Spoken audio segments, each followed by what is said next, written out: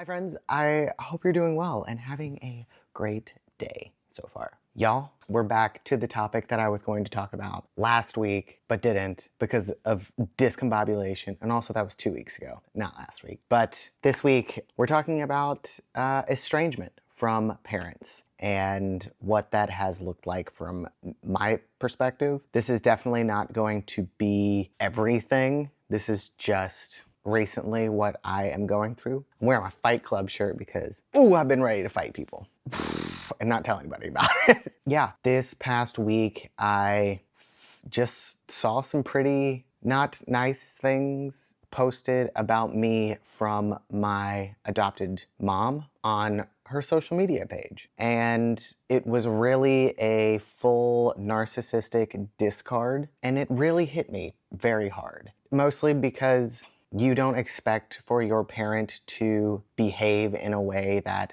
just throws you, their child, away, just like, without any hesitation. And I think it was more heavy because it was a clear, I am just seeing narcissism for what it clearly is and the gravity of it. And I am understanding where all of my grieving that I've needed to do comes from. And it validated all of the bad things that I have been expressing to myself and to my therapist over the past 2.5 years that me and my mom have not spoken. Last time that I saw her, it was basically what happened is I got very triggered by old behavior that she does, that she has been doing all of my life. And because I was not capable of responding, I just had to leave. I had to leave without saying goodbye because I knew that if I stayed, it wasn't gonna be good. I was going to say things that I regretted. So I left and I got myself safe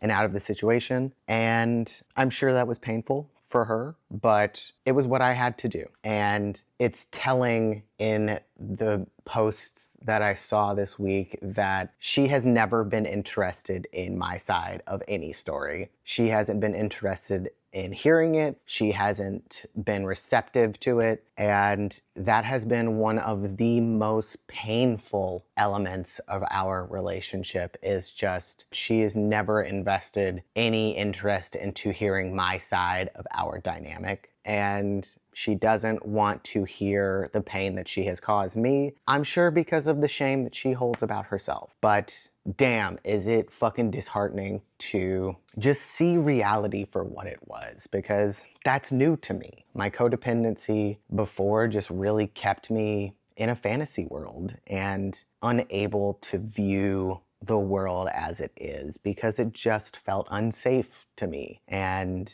she was somebody who administered a lot of that fear and made me think I would never be able to handle the world without her in my life. And that's what narcissists do, especially narcissistic parents. And it really threw me on my fucking ass. And it made me question my faith in my higher power that I've been working so hard on for the past nearly 2 years. It throws me off because, I'm adopted and it really feels like the purchase that my parents made of me has just run out and they can't get anything else out of me because I am healing and I care about my mental health and my well-being, and I'm not afraid to remove people out of my life that are harmful instead of just constantly fawning over people and trying to get them to like me and just being accessible and kind all of the time. I'm not willing to do that. And for me to be in her life, I have to be willing to do that. And it was just really sad. It showed me how good it has been for me to not have my parents in my life. They are not great people for me. And although a part of me loves them, a lot bigger part of me is angry and fucking does not like them. And is very grateful that I don't have to hurt myself anymore to be in a relationship with somebody who didn't bring me anything.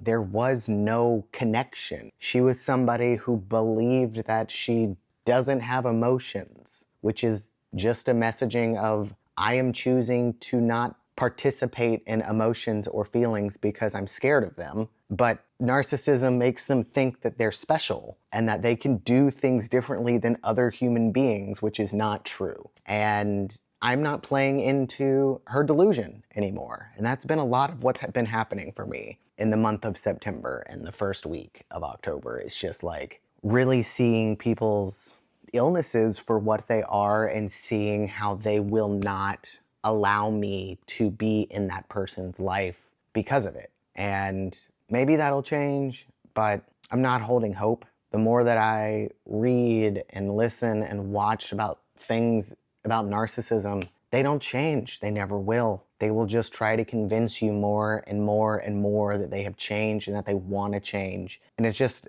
how they wrap people into their delusions. And I can't participate anymore because I know so much about the narcissistic cycle that I see it so clearly that it's like I don't have this ignorance is bliss naivety that I get to lean into anymore. I see you for who you are, and I don't like you for who you are. I'm not afraid to say that anymore. And it might sound harsh, but it's like I've been raised around this shit my entire life that I can't do it anymore. Narcissism is a part of my core wounding. So anybody who has it, it checks off one of the boxes of the deal breakers of I can't be in your life because of how your brain works. It requires you to have no empathy. It requires you to live in a delusion. And I have worked so hard to get out of my own delusions that I can't participate in somebody else's anymore. So it has just been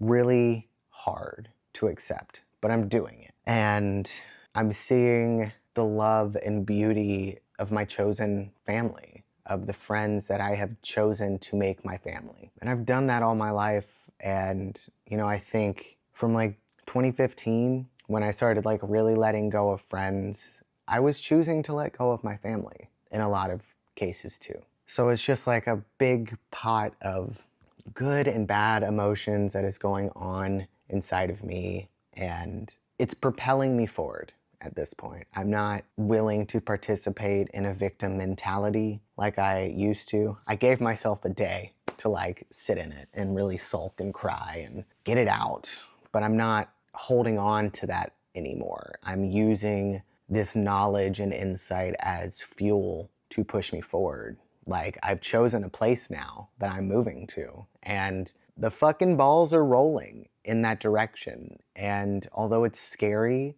I'm just getting more and more signs that this is exactly what I'm supposed to be doing, and I'm on the right path, and this is going to be me starting over. And while it's going to take some time, the starting over starts now, and there's no turning back for me. And it's fucking scary, man. It's really scary, but I gotta do it. I've got to do it. But I'm back, like I'm even closer in, like locked with my higher power now. The day that I just spent crying and grieving, I just got a lot of downloads from my higher power of like, don't worry, this doesn't last forever. Greater change is coming your way. I saw this short by Disney that was like, I think it's called Once Upon a Studio. And it's just like all of the characters from these Disney animated movies that I just have made such a huge impact on my life. And they started singing When You Wish Upon a Star, and I lost it. Like I just started bawling because I believed in the magic of those characters. They were my chosen family then when I was growing up. They saved me from the pain that my parents brought me. And I can believe in the same magic of a higher power. I can believe in the same magic of the universe, that there is a greater entity and power that wants good for me. And even though there is suffering in between and along the way, that doesn't mean that I'm going to just get bad from now on. All of this suffering is helping me see how much more brightly some of the most mundane and normal things are in this life. And it brings beauty to the mundane. It makes me grateful for the times where I'm just bored, when I'm just content. I don't have to strive and dig for dopamine anymore. Like, I'm okay being. I don't have to do anymore. And I lost track of that over the past couple of weeks because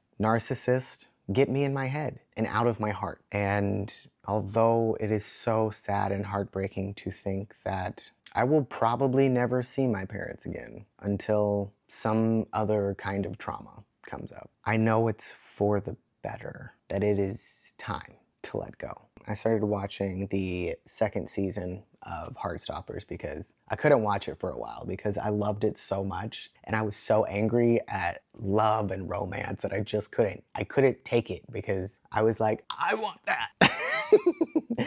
But I've started back watching the second season and it's so beautiful and special and queer and the perfect show that I needed to be reminded of my chosen family.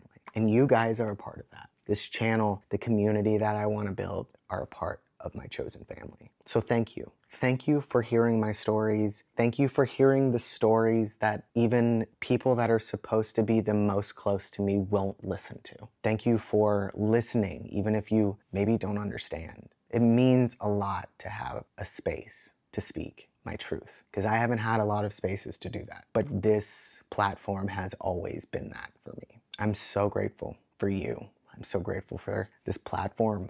I'm so grateful for me, for my decision to heal, to continue to heal, even when the people that I love the most won't. So if you're going through a tough time, I want you to know that I care. And my comment section is always a place that is open to share your story. This is a safe space. I'm gonna get through this just like I always do. I'm always willing to stand back up and try again. But damn, that, kicked me in the back of my fucking knees. Ow, got me, and didn't expect that. I think that I will probably have more to say about this in the future. And kitty, okay, what are you doing? Meow? I got a kitty. He's being whiny, so I'm gonna hold so he doesn't do that anymore. He got surgery like 2 weeks ago, so he's a bit needy. It's not like we needed the surgery to be needy. Anyway, yeah, thank you guys for just being there. Yeah, I think that's all I got for this week. Be on the lookout for a new video coming out this week that is about some behind the scenes projects that I've been working on that I will be launching soon. And we're gonna go over the Patreon page as well, because there are some cool things coming down the line for that. So definitely check out that video. And then I have got some fun, not self-development videos that are coming. Oh God, I have to burp. Whoa. I've got some fun videos coming down the line that aren't really about self-development. They're just like fun, silly little videos that I like to make. And I hope you guys enjoyed the gaming video. That was really fun to do. And I will probably do more of those in the future as well. So thank you guys so much for joining me today on this episode of Generation Recovery, friends. It means the world to me. I will see you back here in 2 weeks. And until I see you again, be well, friends.